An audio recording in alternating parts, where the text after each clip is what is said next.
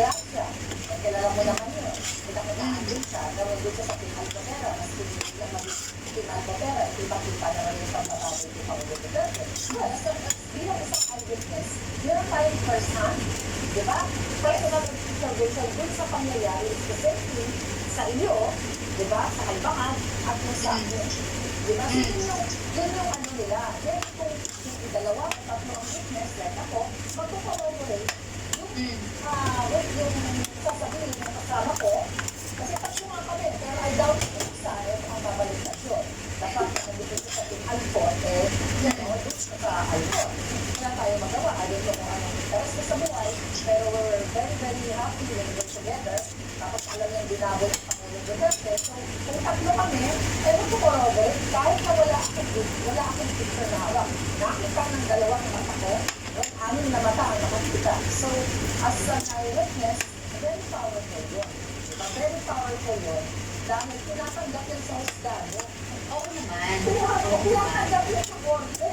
So, Mag-lie detector test. Kasi sabi ko nga, di ba, o sige, magkasila na tayo lahat sa, pero gusto ko, sa ano kami mag-lie detector test? Sa Singapore.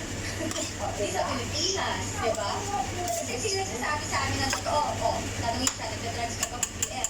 O, sa Carlos, ba? O, you know what, totoo rin. Sabi ko ba na totoo? Lahat kami naka-lie detector test. Pero hindi ko sa Philippines, sa Singapore.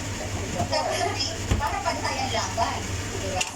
Yung sinasabi ko private moment, sa pagbabago nila, sa pagbabago si Alcotera kay Pangulo Duterte. So tatlo yun, tatlo kami. Sabi ko yun, sa mga nasa, but I still have one with me. Na taga-LA, dalawa kami. Wala nga, patay na ko si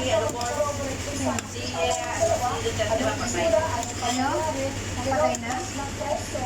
Papatay sila? Discussion ang muli yan yan eh. Napakatibay yun. Kasi, kumbaga yun yung ano eh, kung nasa ano tayo, nasa husgado tayo, nasa korte tayo, yun yung magpapatibay sa testimonya ko. Kasi hindi ko lang ako isang eyewitness. Hindi ko yung nakakapa.